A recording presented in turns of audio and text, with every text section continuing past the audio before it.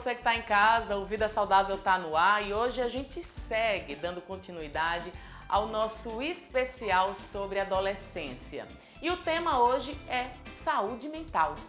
A saúde mental dos adolescentes se tornou um tema de preocupação mundial nos últimos anos. Com os impactos da pandemia, transtornos mentais como ansiedade e depressão estão cada vez mais frequentes na vida dos jovens e dos adolescentes. Assim como as doenças comuns que atingem o coração, os rins e a pele, os transtornos mentais também são tratáveis e precisam de cuidados. O Vida Saudável está no ar e a gente volta logo depois do intervalo. Até já!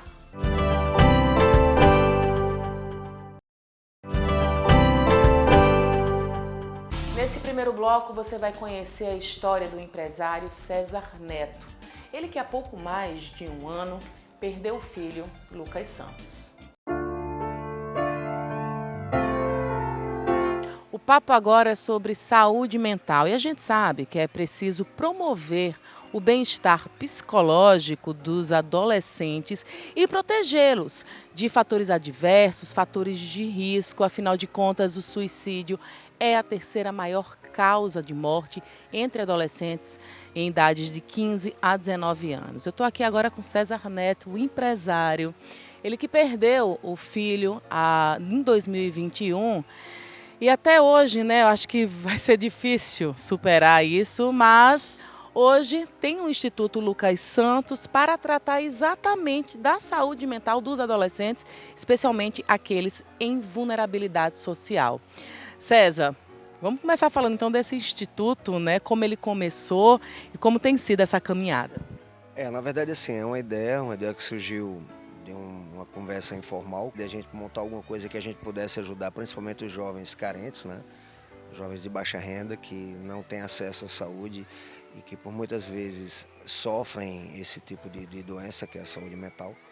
Então, a princípio, nós idealizamos alguma coisa, um atendimento online. Como é que seria? Eu acho que devido à questão da pandemia, muita coisa foi feita muita coisa foi reformada, eu acho que muita coisa foi adequada a essa questão da pandemia, então muita coisa foi tratada virtualmente, né? Então a gente pensou dessa forma, onde principalmente o jovem tem condição, até ele se sente mais à vontade dentro de casa, né? Tá no celular, ele consegue falar com o psicólogo ou a psicóloga. Então a gente montou o instituto, ele existe, fizemos alguns atendimentos, fizemos acho que a gente pode chamar de um tratamento, com duas adolescentes que fizeram acho que de 12 a 14 sessões cada. Isso é bancado pelo Instituto, onde a doutora Jéssica Aquino fazia os atendimentos online e nos dava o feedback semanalmente. Hoje atendemos adolescente X, adolescente Y, está evoluindo, já acho que a gente já consegue de repente já pegar outro adolescente. Então, assim, a ideia é essa, é que a gente possa de alguma forma contribuir para esse lado social. Saúde mental é algo que ainda é pouco discutido, ainda é pouco falado, né? Você percebia que existia já algum tipo de transtorno mental ou que aconteceu mesmo com o Lucas? Foi o cyberbullying? Foram aí sintomas dessa contemporaneidade? Eu nunca percebi no meu filho nada diferente, nenhuma atitude que pudesse acender o sinal de alerta, né? Sempre, todas as vezes que eu encontrava, a gente sempre batia papo, muito tranquilo. Tanto é que nós estivemos juntos no sábado, né? Isso aconteceu da segunda para terça. Nós estivemos juntos, era brincando, se abraçando, se beijando e sempre o nosso encontro era sempre assim, alto astral, ele sempre muito palhaço, sempre muito brincalhão. Então, assim, eu não tenho como afirmar se ele tinha alguma depressão, não tenho como afirmar isso.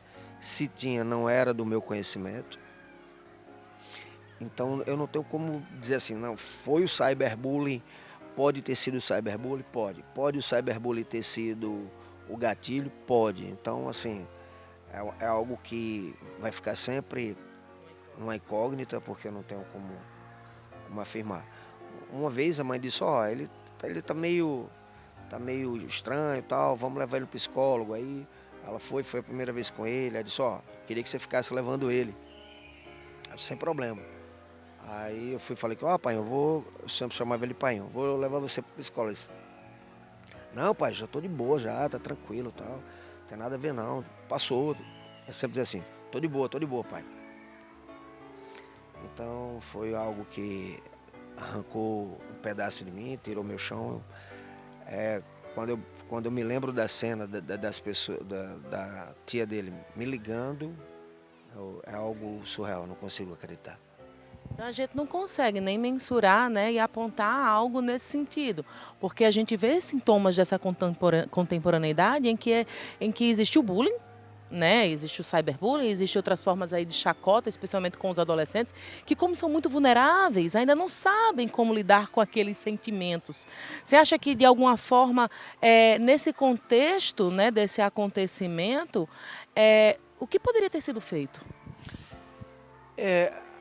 Assim, eu às vezes fico me perguntando, meu Deus, o que é que eu poderia ter feito quando houve toda essa enxurrada de comentários na internet. Eu não tomei conhecimento da coisa, da gravidade. A tia dele falou, ó, Lucas fez um vídeo e tal, e a galera tá tirando onda.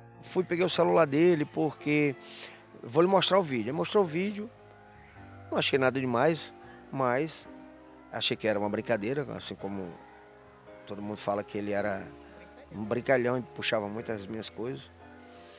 Mas aí minha esposa disse, olha, dá uma passada lá em Lucas, porque a tia tomou o celular tal, e adolescente ficar sem celular tal. Eu disse, não, eu vou sim. Vou fazer uma visita, eu ia fazer uma visita técnica de um evento que a gente ia fazer. E eu disse, não, eu vou, quando eu sair de lá, eu vou visitar meu filho, conversar com ele, saber o que está acontecendo. E a visita terminou tarde demais. Aí eu falei, não, já está muito tarde, eu vou deixar para amanhã. Eu vou amanhã tomar um café com ele e a gente conversa na boa. Não teve mais esse café. Não teve tempo. Eu não consegui ver meu filho. Mas se eu ficar me martirizando, tipo assim, se eu tivesse ido, poderia ter mudado alguma coisa para melhor? Poderia. Se eu tivesse ido, poderia ter piorado as coisas?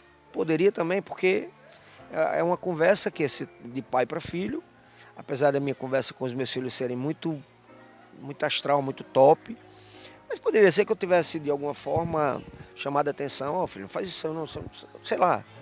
E poderia ele ter feito a mesma coisa, aí sim eu estaria me culpando. Então, eu procuro, Luísa, não ficar colocando essa culpa, porque ela não vai resolver nada.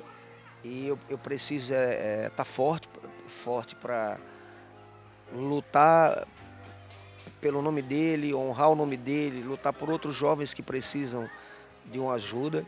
Como é que você vê hoje, César, essa situação da saúde mental, né, do adolescente, que é pouco falado, que até dentro das escolas que poderiam ter ali as portas abertas para se falar sobre sentimentos, né, sobre esse tipo de coisa, e a gente não encontra muita facilidade nisso, nessa abordagem, né, nesse assunto, ainda é um tabu. Ainda é um tabu e o mais grave disso tudo é que as pessoas ainda não se deram conta da gravidade. Quando eu falo as pessoas, é a sociedade como um todo. São os pais, são as mães, os amigos, a escola, a classe política, a classe médica. É uma coisa muito complexa. Não adianta ninguém achar que sozinho vai tocar esse barco. Tem que ser uma junção uma junção gigante de todo mundo assim empenhado em fazer algo. Eu tenho a informação de que a cada 40 segundos uma pessoa tira a sua própria vida no mundo. Então assim, e a tendência é piorar, Luísa. Mas por que piorar? Porque hoje a gente vive em função de um telefone, a gente vive em função da internet, a gente vive em função de likes, de curtidas, de compartilhamentos. Então isso maltrata muito. Por outro lado, tem a questão dessa pandemia que mexeu com a cabeça de todo mundo, ainda mexe. Então, assim, já era para estar sendo feito algo muito sério. A saúde precisa abrir os olhos e a sociedade precisa, de uma vez por todas, de parar com esse tabu. A gente tem que se unir, a gente tem que se dar as mãos, porque, infelizmente, há 1 ano e 4 meses atrás foi o meu. E eu não desejo a dor que eu sinto, o vazio que eu sinto, o buraco que eu sinto, a ninguém. César, então, assim, para o pessoal que está em casa, quiser conhecer o Instituto, como é que vocês têm trabalhado, né, nesse pouco tempo aí, né, que vocês estão ainda engateando, mas com muita vontade, né, de fazer algo que realmente vale a pena para esses adolescentes, para todo mundo que de alguma forma tem algum transtorno mental. O nosso Instagram é @Instituto Lucas Santos.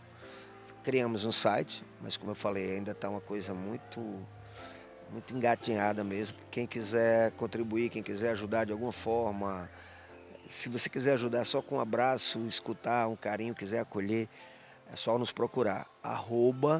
@Instituto Lucas Santos, tudo junto. E tem lá meu contato.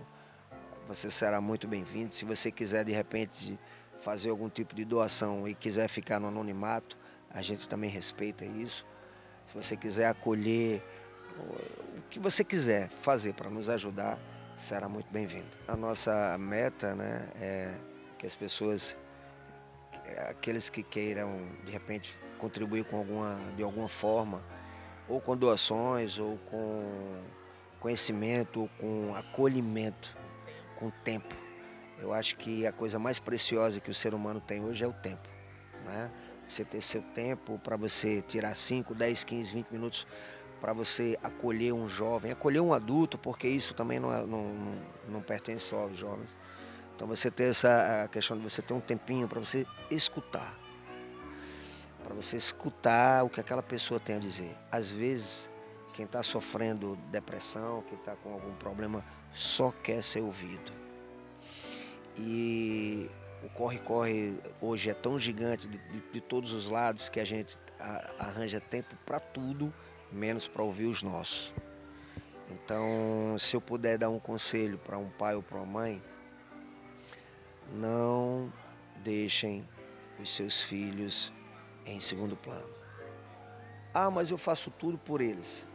Você pode dar a melhor educação, você pode dar a melhor roupa, você pode dar o melhor perfume, você pode dar se não tiver condições de dar tudo isso, mas você dá amor. Mas se você não estiver presente, se você não se fizer presente, se você não chegar para o seu filho, eu estou falando isso e, graças a Deus, a minha relação com meu filho era muito maravilhosa.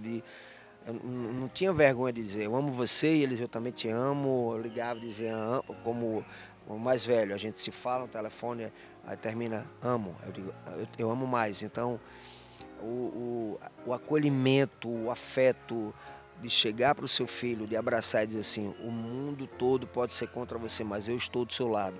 Independente da classe social, independente da sua opção de sexo, né, da sua sexualidade.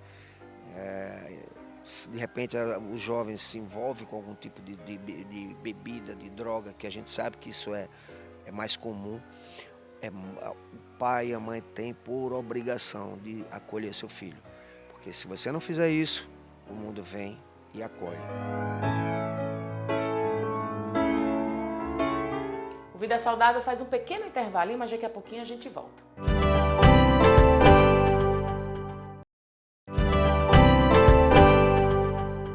Nosso papo agora é com o psicólogo Ciro Sampaio. A saúde mental segue sendo negligenciada na sociedade. Se não fosse pela campanha do Setembro Amarelo, talvez a gente nem ouvisse falar na importância que se tem em falar sobre saúde mental. Agora, você avalia isso dentro do contexto do adolescente. Sobra pouco espaço, né? Porque a gente não fala a respeito disso. E é onde mais se vê problemas relacionados à saúde mental, é entre os adolescentes. Para falar sobre esse assunto, eu estou aqui com o querido Ciro Sampaio, ele que é psicólogo, é também terapeuta familiar e tem toda essa experiência, né, com relação à saúde mental e sabe bem que isso é uma verdade. pouco se fala de saúde mental, ainda mais com relação a adolescentes. A gente tem observado que essa pauta é uma pauta contínua, a gente não pode deixar de falar. E os adolescentes vêm ocupando um lugar de muita cobrança social. A gente às vezes vivencia climas do Enem, que a gente toca nesse assunto, mas não é só nesse período, né, de cobrança escolar, porque essa cobrança ela é ao longo do ano. E nós, como adultos, como a gente está se colocando em relação a isso, né? Qual é o nosso papel diante de tudo isso? Então é importante a gente explorar esse assunto. E essa cobrança, você falou aí no sistema educacional, mas ela vai para além disso, né? É a pressão social com relação ao corpo, é como deve se comportar, já que se está se iniciando uma nova fase da vida. E aí a gente não sabe bem como se comportar. E os pais, né? Que papel eles devem ter? Acontece de muitas vezes o adolescente, ele já de uma maneira natural e espontânea, ele ir demonstrando o seu jeito de ser, as suas escolhas, a maneira como se porta no mundo. E até que ponto nós adultos, a gente está disponível, disposto a acolher e aceitar esse adolescente, essa pessoa que se apresenta como se apresenta. Porque na prática a gente desejaria minimamente ser aceito. E como é que está essa questão da vinculação entre os adultos que aceitam o adolescente como ele o é, né? Com as suas características, como vem apresentando, assim como a gente desejaria que nós, adultos, fôssemos aceitados, né? E acaba rolando uma frustração. Tem, e muito conflito, né? Muito conflito familiar, inclusive. E aí há uma responsabilidade muito grande nossa de a gente ir criando espaço de vinculação entre os familiares, entre a rede de apoio, para que esse adolescente não vivencie o isolamento social. É preocupante, viu, Luiz, o isolamento social. Isso é algo que a gente vê muito, né? Porque adolescente, quando ele chega nessa fase, tende mesmo a se isolar. Talvez por ser incompreendido ou porque é algo supernatural, eles querem estar sozinhos, porque eles começam a ter autonomia. Pois é, a gente precisa criar estratégias de a gente adentrar esse mundo do adolescente, conhecendo cada vez mais os seus gostos. Por exemplo, um jogo que ele joga, quais personagens que ele se identifica, quais são os interesses dele, como é que a gente pode conhecer cada vez mais esse mundo. E se for o caso, trazer ele para o nosso convívio familiar. Em vez de ele ficar isolado no quarto, que tal integrá-lo na convivência da sala, da cozinha, para que a gente possa ter uma convivência mais contínua mesmo no dia a dia. E a gente precisa trazer esse assunto e aprofundar a temática de como um adolescente acaba vivenciando uma resposta que é nossa, contemporânea, dos adultos, da sociedade que a gente vive. Que, assim, tem uma preocupação que a gente precisa falar abertamente, que é sobre esse exibicionismo exacerbado, que muitas vezes se coloca nas redes sociais, mas eu pergunto, até que ponto isso é do adolescente mesmo, ou isso é só um reflexo de como nós, adultos, temos nos comportado com o uso das redes sociais também, sabe? Então existe muita cobrança para que eles se comportem diferente, mas e o nosso exemplo tácito mesmo? Como é que está acontecendo? Isso é muito sintoma, né, dessa contemporaneidade. E os pais também vivenciam isso, porque eles não são de sair do celular, mas querem que o adolescente saia. Não, isso não é saudável. Na hora que a gente fala sobre o uso das telas, o uso da tecnologia, a gente tem que tomar muito cuidado, porque até um tempo atrás a gente tinha assim, um lugar de guerra à tecnologia. Só que com a pandemia, a gente teve que trazer a tecnologia como nosso aliado, inclusive no âmbito educacional.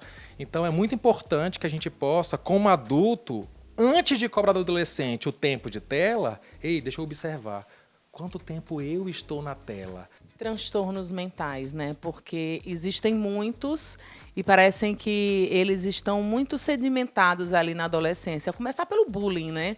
O bullying que a gente hoje acha normal, eu sofri também, e acha que toda criança, todo adolescente tem que sofrer também, mas não é bem assim. E é o bullying que vai gerar futuramente uma criança, um adolescente depressivo, ansioso. Como lidar? Os sinais são os mesmos? A gente observa que muitos transtornos de humor que já aparecem na adolescência, eles não acontecem do dia para a noite, eles vão acontecendo pela forma como paulatinamente esse sintoma já vem aparecendo e a gente não dá vez para cuidar deles, para cuidar como prevenção mesmo. Então, assim, aí a gente tem que falar de um trabalho em rede, que envolve família, envolve sociedade, a escola e todos os intervenientes no melhor espaço para habitar esse adolescente, sabe? A impressão que eu tenho é que ele não tem um lugar para habitar, Luísa. Os sinais e sintomas, né? Como a gente costuma falar durante a campanha do Setembro Amarelo, que é o isolamento, que é algo que parece característico ali da adolescência, vai ficando mais difícil, né, de você fazer aquela pronta identificação. A gente precisa estar próximo e ir acessando esse mundo para quando surgir a primeira suspeita, a gente ser o local com que o adolescente se sinta seguro de vir recorrer, sabe? Porque se a gente não criar esse espaço, ele não vem, ele não acontece por si só. A gente precisa lembrar, como adultos, como família, como responsáveis, que somos nós os adultos da relação.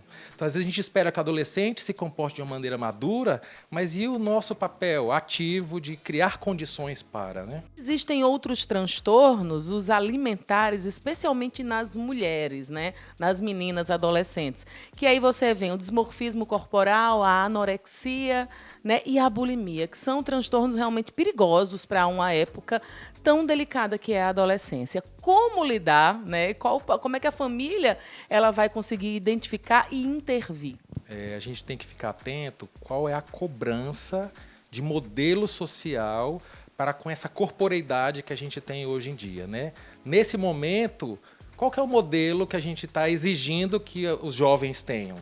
É o que a gente está replicando para a gente, ou a gente nem consegue para a gente e exige que eles o tenham? Então, o transtorno alimentar não pode ser desconectado das relações interpessoais que são transitadas ao redor do clima de alimentação que era para ser prazeroso, que era para ser sadio, de convivência, o que não está acontecendo. A gente não está mais se alimentando junto, né? Quando a gente pense num possível distúrbio alimentar do adolescente, que a gente olhe para como a gente, como família, a gente está se alimentando, a gente como sociedade, a gente está se constituindo um lugar social em que esse alimento é colocado ao redor da convivência, do lazer, do prazer e do que é saudável. O que fica de ensinamento para todas essas problemáticas que foram abordadas aqui hoje? O fortalecimento de vínculo ele só acontece por meio da convivência. Então é muito importante a gente fazer um treino social de convivência. Então, eu convoco os pais, os adultos responsáveis, para se perceberem como é que está acontecendo a convivência, né? A espontaneidade, se isso está acontecendo de maneira espontânea e que cada vez mais que a gente observar o adolescente isolado, que a gente possa criar condições de ir aproximando, para quando ele quiser partilhar algo, ele ter esse espaço de fluidez, ele ter um lugar seguro que ele possa habitar junto com a gente. Não sai daí que daqui a pouquinho a gente está de volta.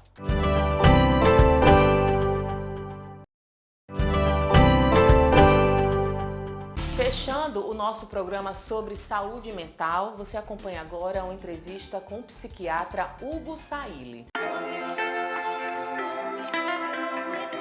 A adolescência é mesmo uma fase muito desafiadora. Afinal de contas, está tudo em mudança, em plena ebulição. É preciso lidar com os sentimentos, com as emoções, com os amigos, com os familiares e muitas vezes esse adolescente não tem com quem contar.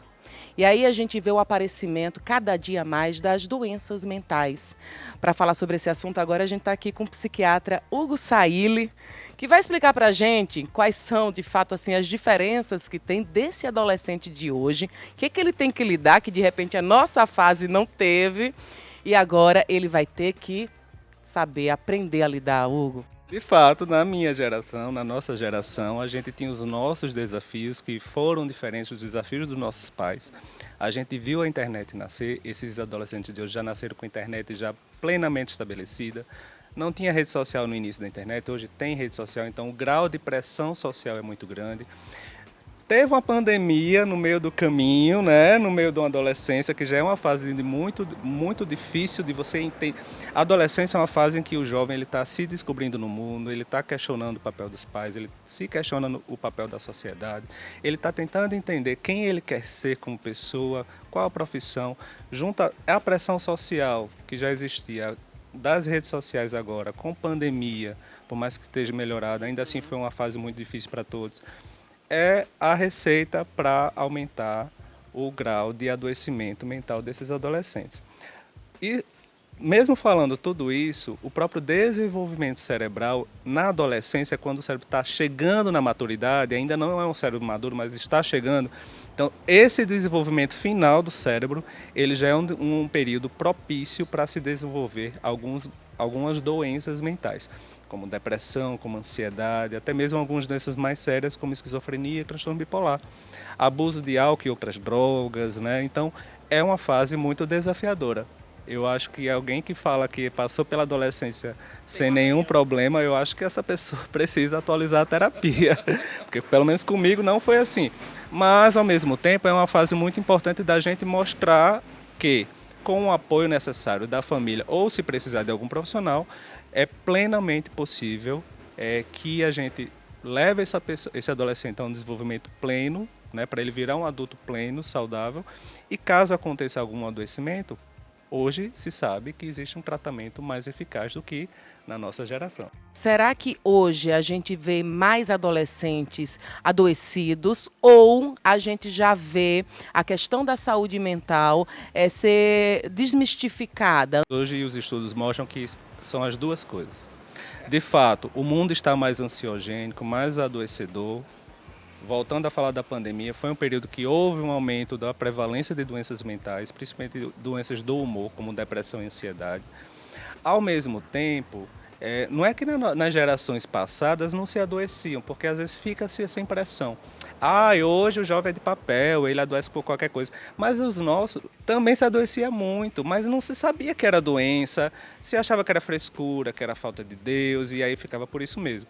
A nossa geração, a geração atual, ela já está muito mais preparada para reconhecer um grau de adoecimento mental, os sinais e sintomas. Os pais estão mais bem preparados, a sociedade, as escolas estão mais preparadas, tem profissionais mais capazes de reconhecer, inclusive algumas com equipes de saúde mental. Então, eu acho que é uma vantagem que esses jovens, esses adolescentes, eles procurem mais um psicólogo, um psiquiatra. Por quê? Hoje se sabe que existe uma doença, se precisa de um remédio, toma remédio. Muitos não precisam de remédio, vão para fazer outros tipos de tratamento e eles vão melhorar e tem tudo para serem adultos mais saudáveis do que nós fomos. Porque não se engane, viu? Os adolescentes das outras gerações que não foram para o psicólogo, para o psiquiatra, eles foram depois dos 20 e 30 anos, viu? Como é que é feita essa abordagem uma vez que é detectado ali algum problema de saúde mental? Olha, hoje o melhor tratamento em saúde mental, e aí eu falo de psicoterapia, de psiquiatria ou de outras terapias, o melhor tratamento em saúde mental hoje é multidisciplinar. A gente privilegia sempre que o adolescente, a pessoa com doença mental, algum grau de adoecimento mental, seja qual for, ele fique no seio familiar, ele fique com sua família, ele não seja isolado da sociedade. Mas em alguns momentos de crise mais forte, realmente precisa-se de um tratamento mais intensivo. E antes, a única coisa que se podia fazer era internar.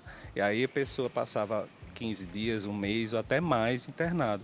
A gente evita isso. Nos casos mais graves, isso ainda é necessário, mas muitas vezes a gente tem, por exemplo, hoje, aqui em Natal, nós temos um tratamento em hospital-dia, em que o adolescente ele pode dar entrada pela manhã, seria como uma escola mesmo em tempo integral. Ele dá entrada pela manhã às 8 horas, passa o dia em terapias de reabilitação emocional, e aí tem alimentação, tem a medicação. 5 horas da tarde, no fim do dia, ele pode voltar para sua casa, vai dormir com sua família para retomar no outro dia, continuando o tratamento. Então, a psiquiatria, a saúde mental, ela evoluiu bastante nos últimos anos. Então, a gente tem remédios hoje que não vão deixar a pessoa dopada, que ainda é um mito que a gente precisa derrubar. A gente acreditava antes, que a maioria das pessoas ainda acredita que o remédio psiquiátrico vai deixar dopado, zumbi, fora do ar, não vou conseguir fazer nada, nem trabalhar. Muito pelo contrário. Hoje, na maioria dos casos, a gente consegue devolver a qualidade de vida para essas pessoas. Se precisa de medicação ou se precisa de um tratamento, como o tratamento em hospital-dia. Então, é um ganho enorme que aqui em Natal, né, no Rio Grande do Norte, na verdade, tem chegado há pouco tempo. Chegou há pouco tempo. E é uma modalidade de tratamento que as pessoas ainda não conhecem direito e precisam conhecer. E os adolescentes, eles vão se beneficiar muito desse tipo de tratamento. Porque imagina, você, quando tem um adoecimento mais grave, você passar uma semana longe de casa sem falar com os amigos. Isso muitas vezes é até mais traumático. Então, quando a gente oferece um tratamento necessário, mais intensivo, sem tirar essa pessoa do seu convívio, então muitas vezes o resultado é bem melhor.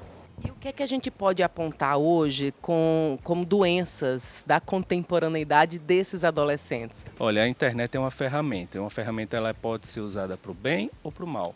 Uma faca ela pode ser usada para cortar o pão, mas ela pode ser usada para agredir alguém.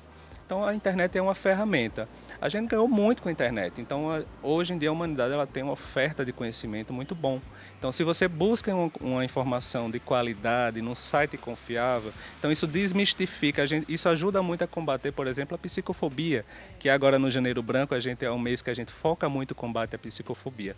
Ao mesmo tempo, um jovem que ele está em alguns sites, algumas redes sociais, sem uma supervisão adequada, ele vai estar mais sujeito a esse cyberbullying. E aí, infelizmente, há casos de suicídio, né, depois que as pessoas, principalmente um jovem que está em formação, comete depois de sofrer um caso mais grave de cyberbullying. Mas, ou seja, a internet é uma ferramenta de replicação do comportamento humano, que muitas vezes é potencializadora do comportamento humano. Na vida real existe bullying, né? Hoje se fala, que ótimo, que se fala muito sobre bullying para combater o bullying. Mas a internet isso potencializa. E aí a gente tem que ter muito cuidado onde os nossos jovens estão entrando, como esses jovens estão usando as redes sociais para que eles não adoeçam. E se adoecer, que a gente faz de tudo para não adoecer, né? A gente foca na prevenção. Mas às vezes acontece, né? E aí se acontecer, hoje a gente foca num bom tratamento, que aí muitas vezes envolve a medicação e muitas vezes nem precisa de medicação. Um bom acompanhamento psicoterápico, mudança de estilo de vida, atividade física regularmente, boas relações sociais, isso é terapêutico, trata. Talvez também pela internet e a questão das pressões estéticas em que a gente vê cada vez mais as meninas, mas também os meninos, né? Querendo se encaixar em certos padrões e não se aceitando, e aí a gente entra num ciclo de não aceitação, de anorexia, de bulimia, disformismo corporal. O profissional de saúde mental é uma ferramenta muito poderosa para ajudar esse adolescente, esse jovem, a se entender, a se conhecer e aí sim ele identificar o que cabe e o que não cabe na nossa vida. A rede social é uma ferramenta muito poderosa para o bem e para o mal. Porque ele pode ajudar, por exemplo, alguém que gosta de uma música que ninguém escuta. Então eu vou conhecer pessoas que gostam da mesma música, então eu tenho esse senso de identidade fortalecido, senso de pertencimento, de acolhimento. Ao mesmo tempo, se eu só vejo ao outro lado pessoas que gostam só de um jeito de música, que só se vestem desse jeito, eu me forço a ser assim, não me identifico, fica aquela coisa ruim dentro de mim e eu acho que o errado sou eu. Então tem que ter uma família muito forte, um apoio muito forte para o adolescente passar por esse desconforto e entender, não, você não está errado, é só que você é diferente. E ser diferente é lindo, gente. Acho que o conselho, então, para os adolescentes que de repente estejam aí acompanhando essa entrevista é isso, ser diferente também é legal. A idade serve para a gente aprender o que cabe, o que não cabe na nossa vida. E a gente pode aprender sozinho? Sim, a gente aprende com erro e com acerto. Se a gente aprende com um profissional, com alguém nos guiando nesse processo, então muitas vezes a gente vai poupar muitas dores e se surgirem as dores, a gente vai tratar essas dores de um jeito muito mais rápido, saudável, para que a gente não fique doente lá na frente, certo? Mas ainda assim, se chegar um caso de se adoecer, existe tratamento, tá? A gente, quando fala em prevenção do suicídio, a gente tem que mostrar para esses jovens, para qualquer pessoa que se existe uma depressão, uma ansiedade muito forte, é uma doença, gente. Doença se trata. Então vamos tratar, porque a gente hoje consegue oferecer um tratamento de qualidade para que você volte a ser quem você é. Lembrando, aceitando suas diferenças, porque ser diferente é lindo, é necessário. O Vida Saudável de hoje vai ficando por aqui. Obrigada pela companhia. Eu espero que você tenha gostado do nosso tema de hoje. Próxima semana tem mais, tem o último tema da nossa série especial sobre adolescência. Vamos falar sobre os impactos da tecnologia. Não esquece de nos acompanhar lá nas redes sociais, @VidaSaudávelTVAL, ou ainda lá no meu perfil pessoal, que é o @VemCaLuísa. Até a próxima semana. Tchau!